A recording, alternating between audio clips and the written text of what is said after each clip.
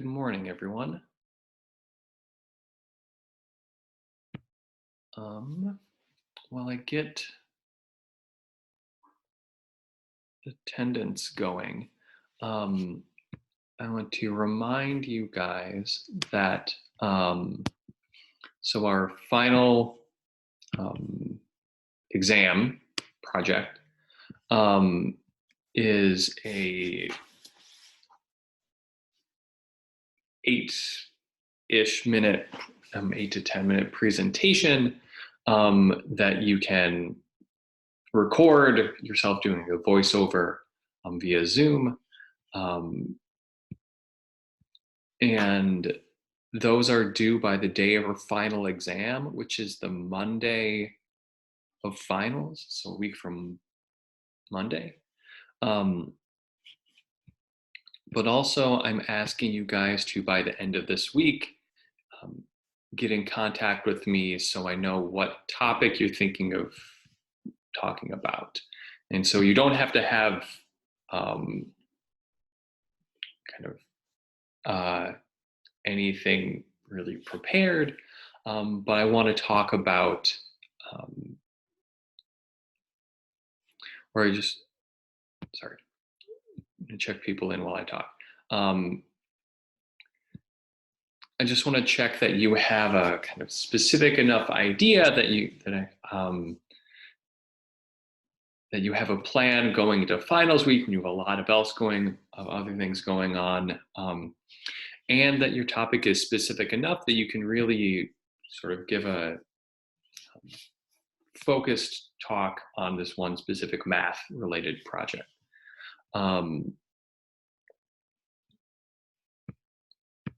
And so when you send me an email, there are kind of two options for that we've seen for people who have been talking already. The options are really, you have a pretty specific idea, and you email me letting me know this is the broad topic, this is specifically what I talk about within that. And I will likely say, that's a great idea. Here are some thoughts. Let me know if you have any questions or if you need any help kind of deciding exactly what or how to frame your sort of inquiry into whatever topic you're talking about. The other way is saying, here's this general topic I want to talk about. So maybe something like, what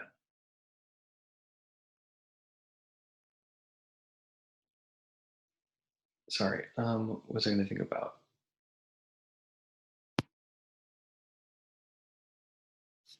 Sorry, I'm just so blanking here. So something like maybe high school math education, something recently done for all of you, which is a good topic. Math education is important, especially if you're kind of a education major, or you're just interested in teaching, but that's really broad. So what I would ask is you kind of think of some specific, or within that area, come up with some kind of specific idea or question that you want to talk about. So maybe something about making students more engaged in class, which for high school students can be a issue. I mean, for every student, for all students, it could be an issue. Or something like, maybe one of the things I suggested was math and literature. So if that was interesting, I might say, I could find some text, which is kind of a piece of literature that involves mathematics in some way. Say, here's this book. You don't have to read the whole book, but maybe here's a part, read it and kind of summarize and analyze it a little bit. So if you come to me with a really broad idea, I'm not going to likely shoot it down, but it'll say, let's talk about more some specifics to see exactly what in this very broad topic you might be actually talking about. Right, so be thinking about that. I'd like to get everyone's sort of topic figured out by the end of this week, because next week is the last week of class already. And again, you don't have to have any presentation or anything put together. I want you thinking or having some idea of what you're going to do to make sure I know you're doing something that'll make a good presentation, but also if you have an idea of what you're going to do, then that'll make getting started a little bit easier when it comes time to actually do it. Okay.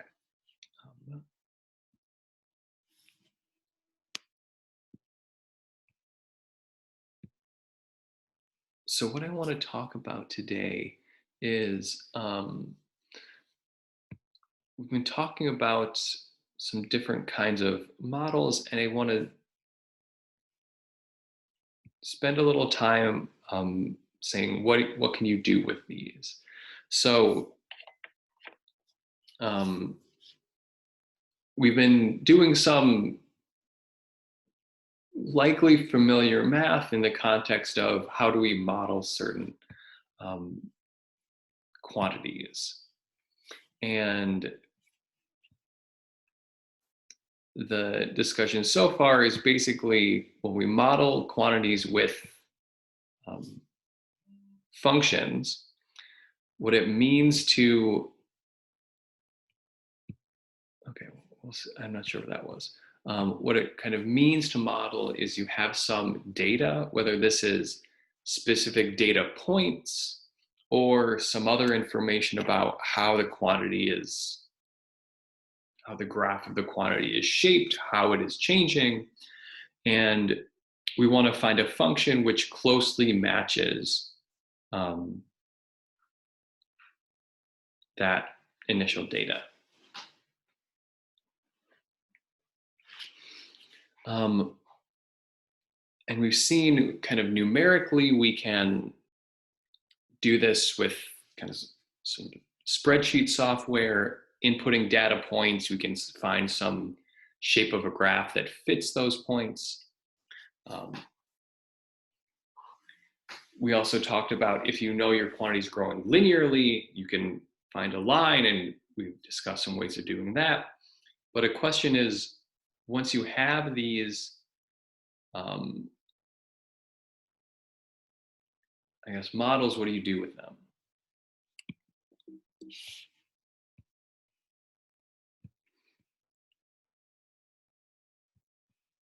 So a good thing to point out is once you have a model, sorry,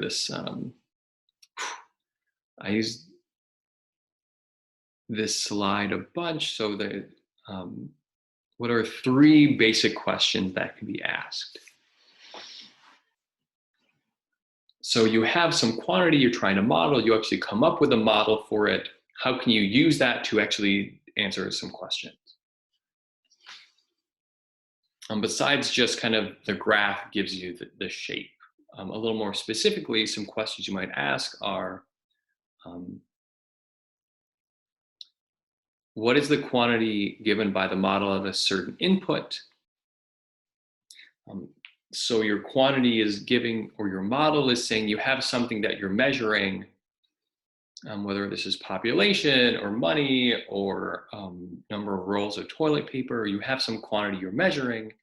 What quantity are we actually measuring at a certain time?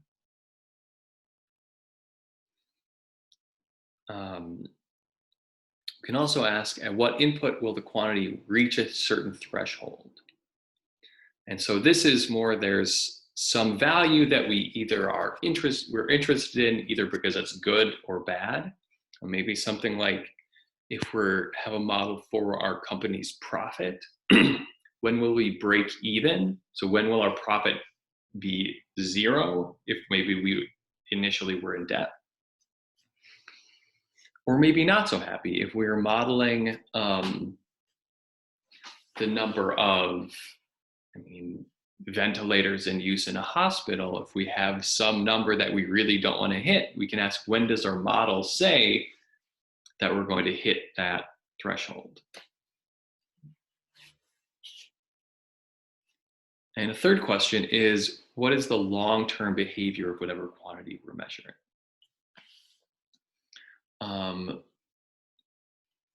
So this would be saying like some population, we're measuring some population, say an animal in the wilderness, what happens to that population as time goes on?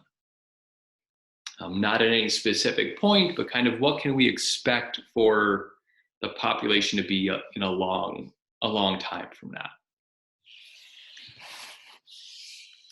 So these are some questions that are of interest if you're measuring some quantity, and they all have sort of natural mathematical analogs. So there's certain mathematical questions to ask whose answers correspond to these sort of natural questions about something you're measuring.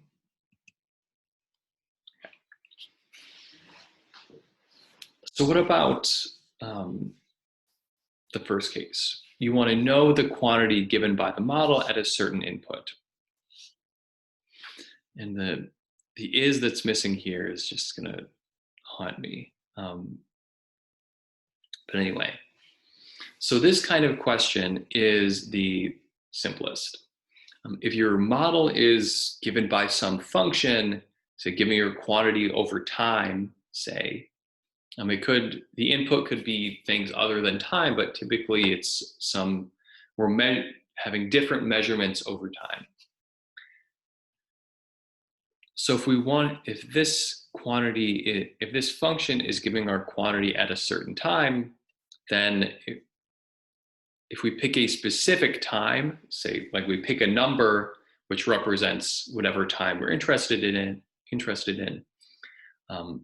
to find the value of the quantity or find the quantity that is measured at that time, it's just evaluate the function.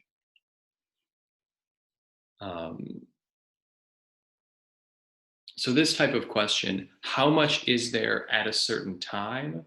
That question is saying, take your model and evaluate it at a certain input.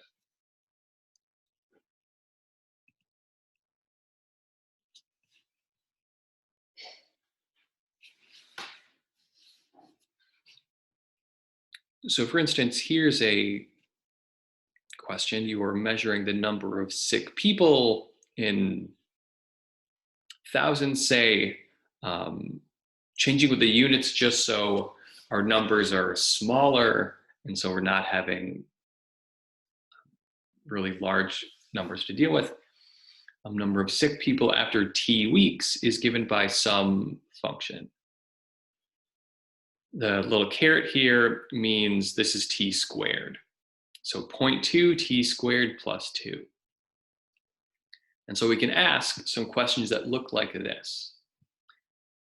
How many people are sick after 5 weeks or 3 weeks or a day? So these are different specific times, and we want to know at these specific times, what is the quantity that we're measuring? What is the number of sick people? Remembering that this tells us how many thousand sick people there are. And so for this type of question, this is where how we find it is just, this tells us for any time t you want, this is how you take that time t and compute the number of sick people. Well, now we have specific times t, so put these specific inputs into the function, and whatever we get out, that's the quantity at that time. That's the number of sick people.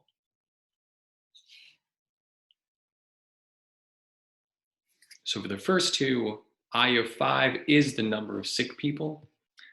If we put 5 into this formula, we compute it. 5 squared is 25, 0.2 is a fifth. And so this, you can, turns out that it's kind of nice. You don't need a calculator, but also you can use a calculator. And if you put 5 into this function, you get 7. And here's where it's important to keep in mind what the units are that this model is given in. So the output is 7, which means after 5 weeks, 7,000 people are sick. The same thing if we put in 3, there's a little more, I mean, there are some decimals here, so it doesn't work out quite as nicely, but if we put 3 into this function, 0.2 times 3 squared plus 2, compute what that is, we get 3.8. So 3.8 thousand, or 3.8 thousand is 3,800. So this in thousands is saying you get an output, multiply that by 1,000, and that is the number of people that are sick.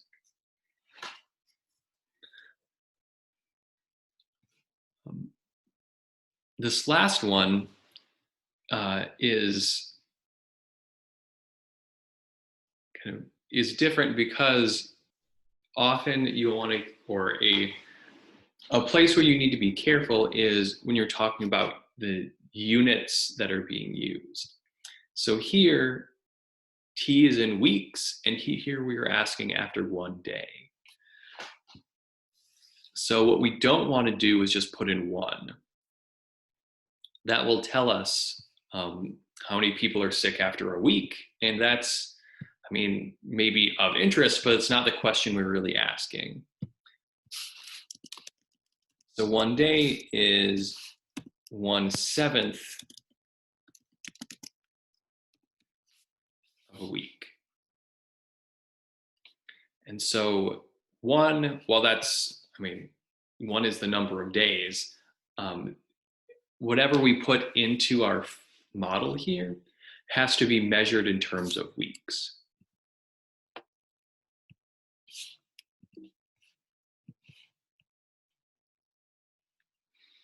Oops, let me, nope.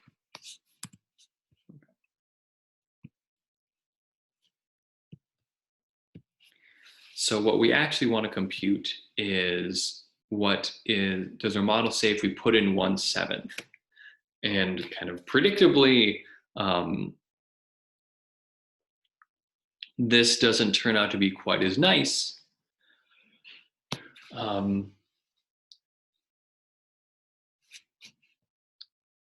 So we get this big decimal, but kind of what you might think is, well, we could give this many thousand people.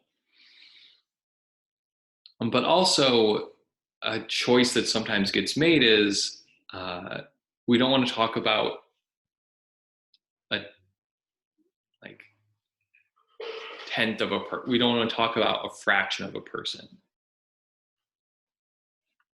So like here, 3.8 became 3.8 thousand. We multiplied that by 1,000. If we multiply this by 1,000, we get 2004 and then a decimal part. And so here, one way you can do it is say, well, we're only counting whole people, so 2004 people are sick. There might have been some other decisions made if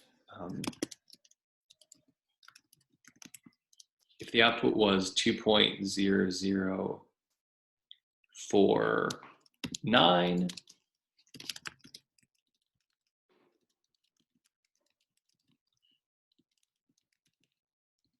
there's more of a decision on rounding.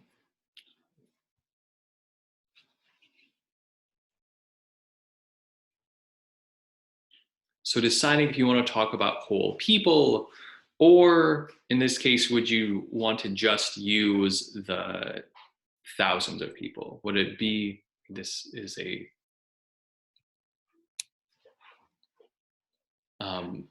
reasonable mathematical questions, but saying 4 people sick, we're just not going to worry about that and just talk about 2,000. So given this information, deciding how precise you want to be is a question that can be asked. So this type of question, what the quantity is at a certain input, that is saying you want the output, here's the input, and so evaluate the function at that point.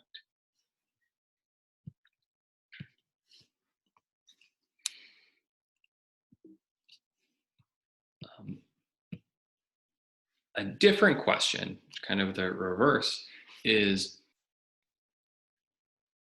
at what input will the quantity reach a certain threshold?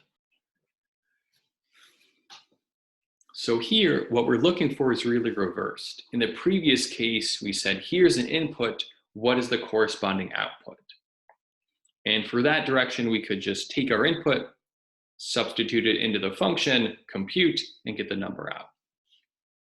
Here, we are kind of reversed. We know what output we're looking for.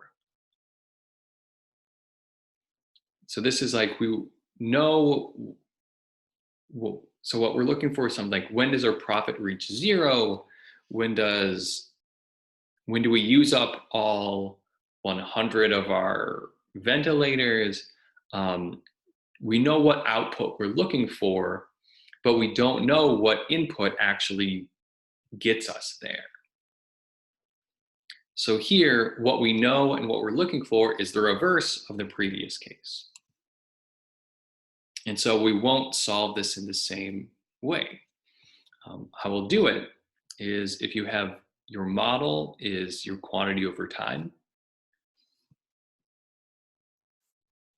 then to know when your quantity reaches a certain threshold, say whatever number A you've picked, what you really are doing is you want to solve the equation Q of T equals A.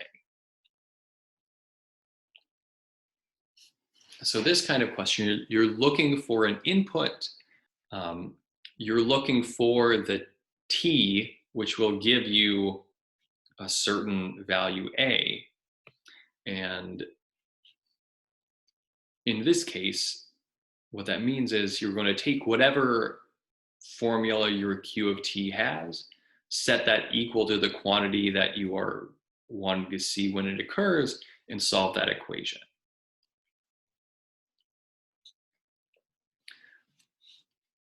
And so anytime there's this sort of setup, when will we reach a certain value, it's saying set up the equation and then go ahead and solve it.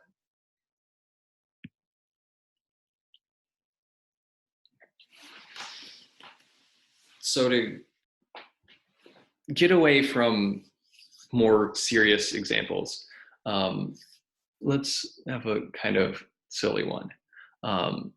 So after Halloween, you didn't give away all your candy, or maybe you bought candy and didn't turn the lights on so you could keep it for yourself.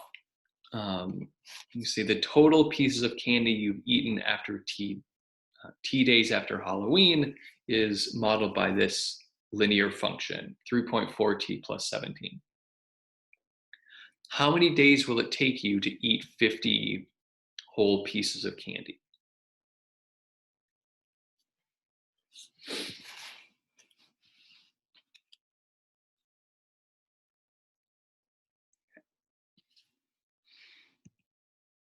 So what this is saying is, this is the number of pieces we've eaten after some number of days. This is the threshold that we're looking for. And so we set those things equal to each other, and we want to know what is the T, which actually makes the number of pieces of candy we've eaten equal to this value that we are interested in when we attain it. And so after setting up this equation, then we have to go ahead and solve it, which we can do by taking this 17, subtract it from both sides. So we get 3.4t is 33.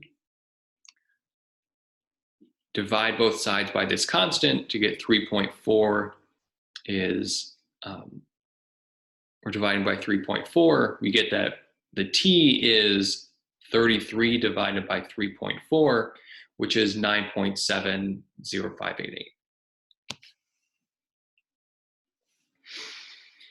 And so in this case,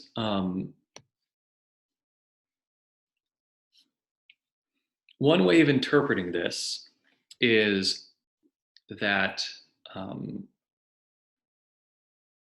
if we can talk about maybe a fractional amount of days. So that would tell us exactly when we get to 50 whole pieces of candy, or 50 pieces of candy.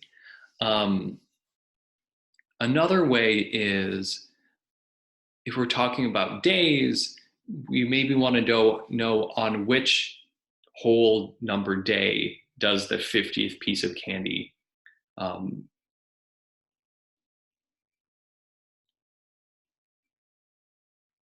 or how am I saying this?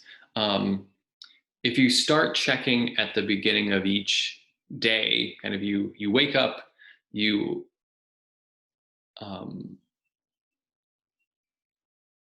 as part of your morning routine, you're thinking about how many pieces of candy have I eaten. Maybe not the most healthy thing, but maybe you're only checking at the beginning of each day. So one way of answering this is that if you're talking about whole days, the answer you would want would be 10.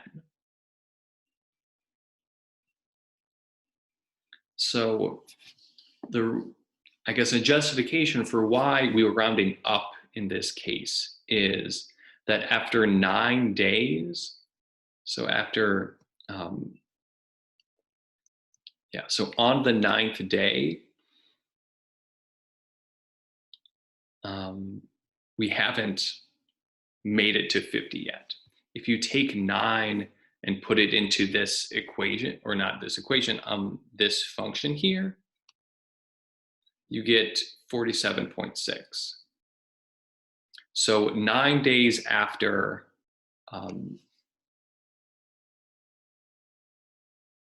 Halloween, you haven't made it up to 50 yet.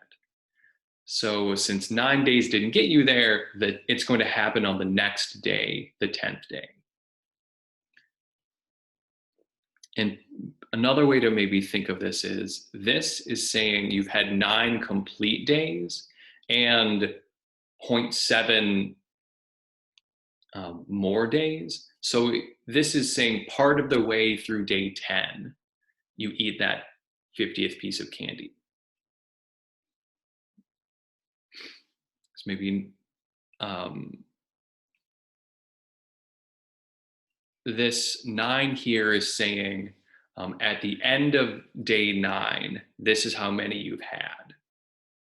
And so if you have some fraction more than 9, that's saying, well, you finished 9 complete days. This is part of the way through the 10th day. And so that's when you actually make it up here. So rounding as a just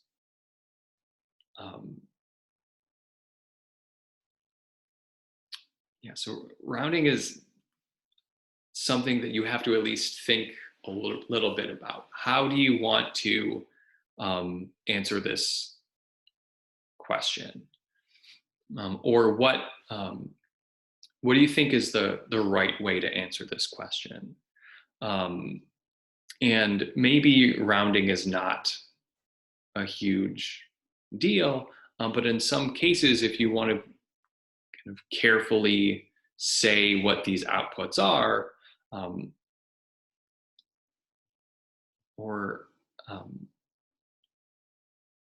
so if you want to be precise about exactly what you're saying, then you might want to talk about this rounding. Or rounding is important because the decimal is kind of an artifact of this being, you can put in any real number into this function, but really we're thinking about whole numbers of days.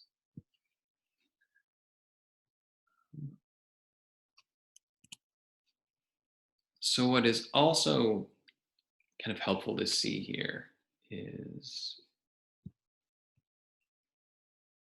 okay, so that's the weather. Let me go away. Okay, my little zoom bar is in the way of actually opening this.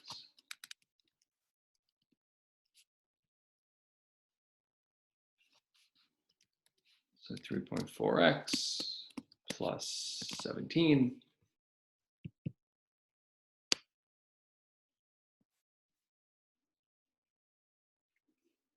So this is the model that we were talking about, number of pieces of candy. If you write y equals 50, that gives you a horizontal line. And so what is happening and what graphically is happening when we're asking about when we reach this threshold is we have some horizontal line. When does our model cross that line? And so right here, we get that point that we were talking about. If you input 0.9 or 9.706, there you output 50. And so our question about this rounding was at day 9, which is right here, we hadn't made it up to 50 on day 10. At the end of day 10, we were above it. And so that says that day 10 is the first time we're above the threshold. So that's the answer that we're really giving.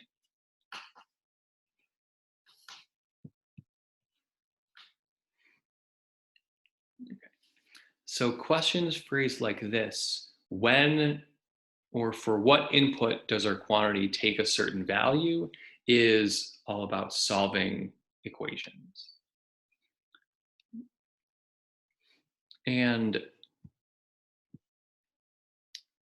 think we saw this before, but as a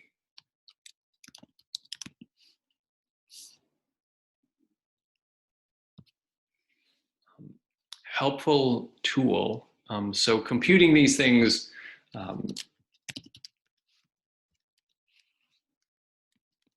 is something that can be done by hand, but also it can be nice to not have to do it. So there are computational softwares. This is one of them, Wolfram Alpha. You can put in an equation, say solve this equation, hit enter,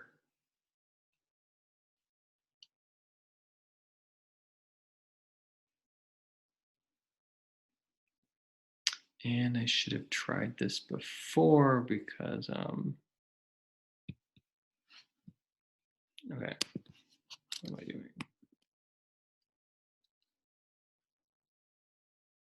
Right, that's why, because we weren't setting it equal to 0, we were setting this equal to 50.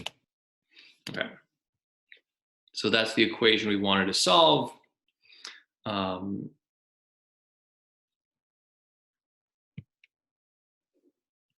Right.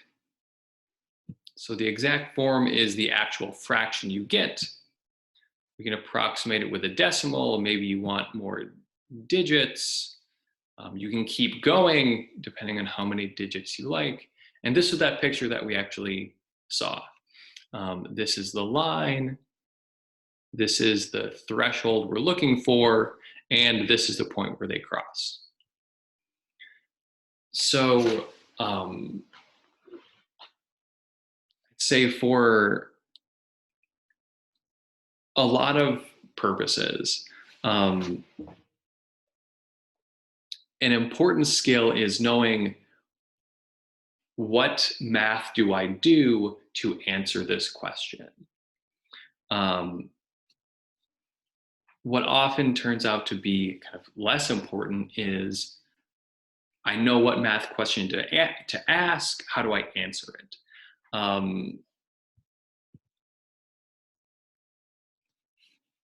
And so in this case, we have some software that can do it for us, which in the sort of real world out there, um, no one especially cares that much if you know how to solve this linear equation. They just want to know kind of what the answer to the question is. And um, there is a lot of software out there. If you happened to look at different things that this can do, this software can do an incredible amount of stuff, and solving equations is just the tip of the iceberg.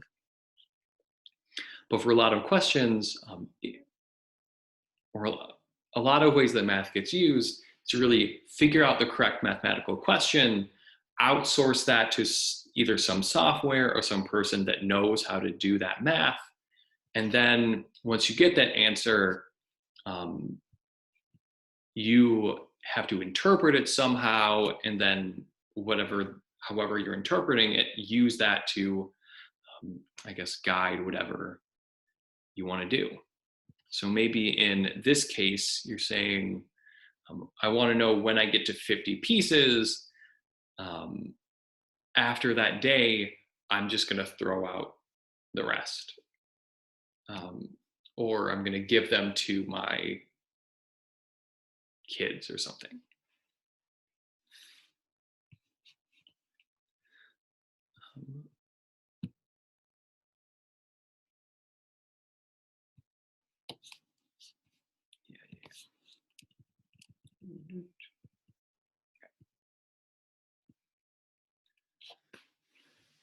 So the last of these questions, what kind of things can a model give you, is what is the long-term behavior of the quantity? So what this means more specifically is if you're given some model f of x for whatever quantity you're measuring, look what happens to the value of the model as you let the input value get larger and larger. So you're putting in numbers like, any big numbers, but something like put in 100, 1,000, a million, 10 million, and see what happens to your function, what happens to the outputs as you let the inputs get bigger and bigger. So graphically, this is saying what happens to the graph as you look further and further right along the graph. This kind of question, to potentially link it to some terminology you've heard before, if the function levels off somehow, then that height at which it levels off is what's called a horizontal asymptote of the function.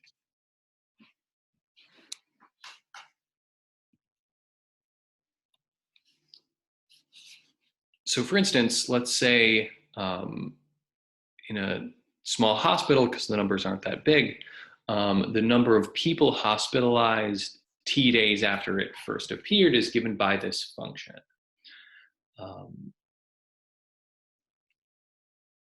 What happens to the number of hospitalized people long term? So one way of doing this, which is, I think, not as effective as looking at the graph, which is what we'll do, is if you put in specific T values and made a table, then you could see for specific inputs that get larger and larger, like this, 10, 100, 1,000, and so on, what actually happens to the corresponding outputs. And what you're looking at is not what those outputs are, but if you can detect a pattern. Is there some value that those numbers are getting closer and closer to? And so for us, we'll look at the graph. If you graph this, it has this shape. And so what happens if you're thinking long-term behavior, there's this bump in the middle. That's not what you're worried about. You're saying, okay, maybe sort of in the middle of my graph, there's some stuff going on. But if I keep moving past it, what happens? And so what happens is we have our bump, but after we get past that, our graph starts going further and further down, getting closer and closer to zero, which is maybe a reasonable expectation in talking about how, or like kind of what's going on in the world. Everyone's wondering, when do cities or states or countries peak in the number of people that are sick? And while not exactly right, a kind of rough picture is, well, there weren't very many, then we peaked some point, but after the peak, as people recover and are immune, or in cases don't recover, there are fewer people in the hospital.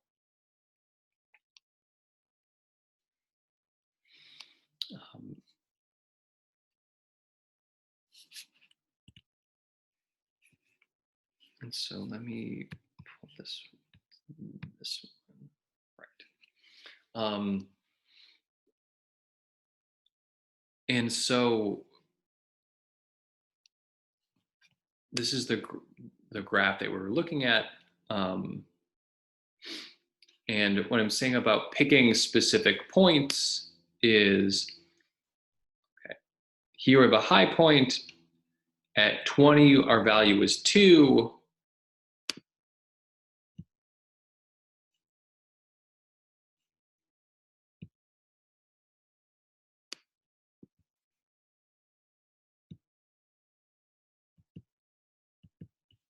No.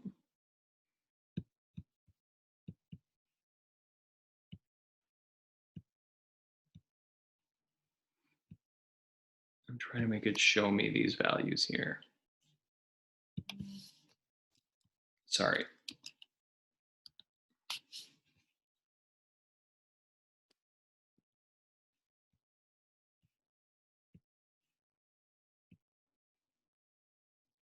Nope. Okay. Well,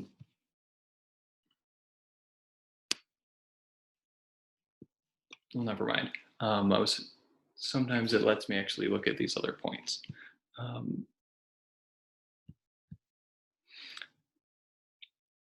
Right, so if you put in 40, you get a very tiny number. You put in 60, you get an even smaller number. Kind of zooming in a bunch. 40 is smaller, but it keeps decreasing towards 0. And from the equation, written this way as a fraction, which makes it easier to see what's going on, it makes sense. If you put in larger and larger x's, at least x is bigger than 20, what happens is this thing on the bottom keeps getting larger and larger and larger. So maybe we can do that. If we just look at the bottom, if you let that get bigger and bigger and bigger, or you let the x go further and further right, this parabola keeps getting larger and larger. And so if you take 2 and you're dividing by things that are bigger and bigger and bigger, it makes sense that the whole fraction keeps getting smaller and smaller, and it gets closer and closer to 0. So there are mathematical ways to compute this. From the graph, it's also visually pretty clear what's going on.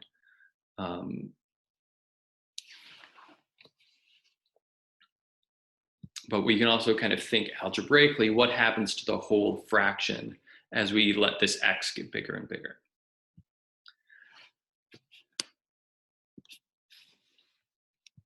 So we don't want that one. what I want to compare this to, though, is sort of what happens if we change some of these numbers here. So um, this one and the square are part of the things that just give it its shape, so I'm not going to mess with those. But what happens if I say change the 2 to a 3 up top? So that makes it bigger.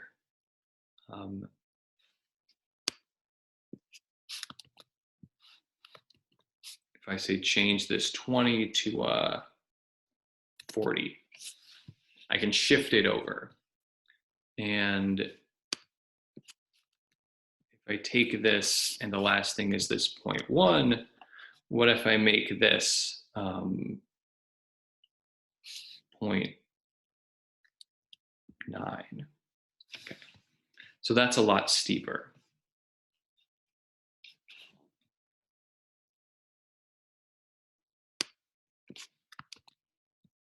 We do one more instead of 0.9. If I just make it regular, 9.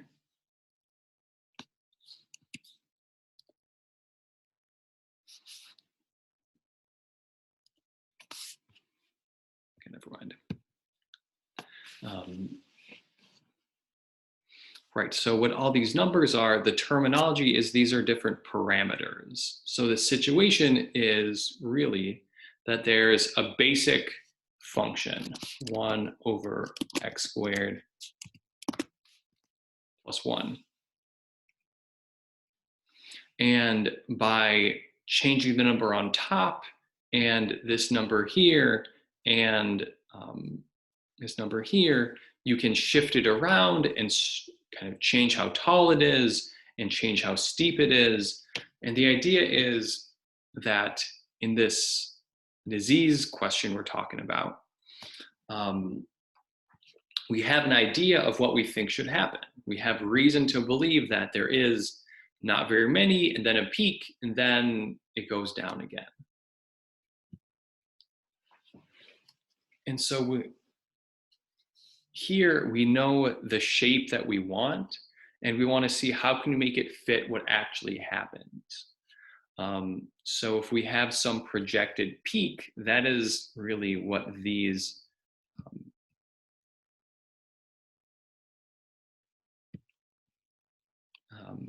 numbers are doing.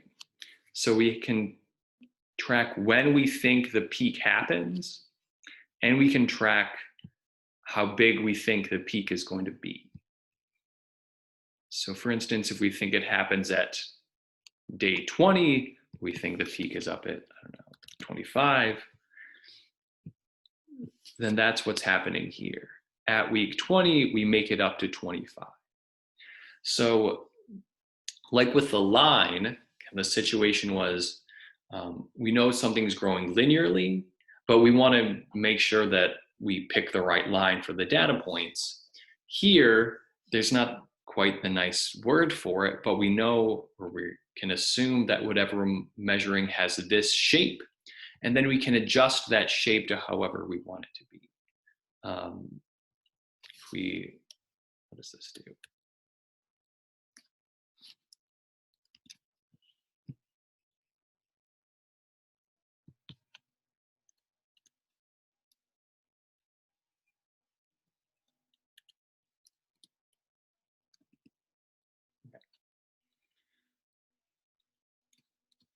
So what we can do is if we keep adding zeros here, we can also flatten it out. So we're making the same peak, but we're not getting there as quickly. So if we decrease this here, there's a huge ramp up, and we get there really quickly. This is not what's meant by flattening the curve. Here, we're still getting to the same peak, but the sort of overall shape is there's not a quick jump up there, it's more gradual. Sort of what the flattening of the curve idea is saying is that we would want to not only shift the peak down, but we want to lower the peak. So the flattening the curve is saying there's some peak coming. If we can make it maybe the same number of people get sick, but we can say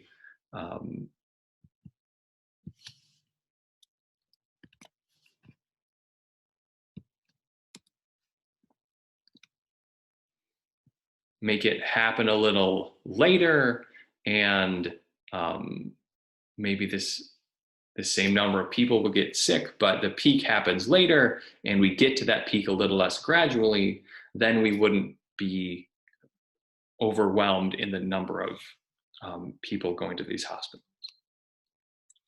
So these different, exactly why, so I wouldn't say these have this represent the same number of people getting sick, but the difference between these models mathematically is that they might have the same shape, but that you're trying to say under certain conditions, some parameters predict what's going to happen. And if we change our behavior, we can change those parameters, and that gives us a different shape, which leads to better kind of real world outcomes. Right, so what else was in here? Right, so I have a couple more pictures that I want to look at next time, but we'll say that this is where things get more complicated. We were looking at lines and understanding how that worked, but in general, you can have whatever shape you think predicts the behavior best, but then you can change that shape in a lot of ways by changing these different parameters. Okay. So these notes are going to go up today. I said there was going to be some homework posted that didn't happen because I was dealing with some things at home and also getting some things ready for my other classes. But also, there's going to be an assignment asking you to make some trend lines. If you don't have Excel, my wife mentioned Google Sheets is a free, good spreadsheet software that is accessible to everyone with the internet. And so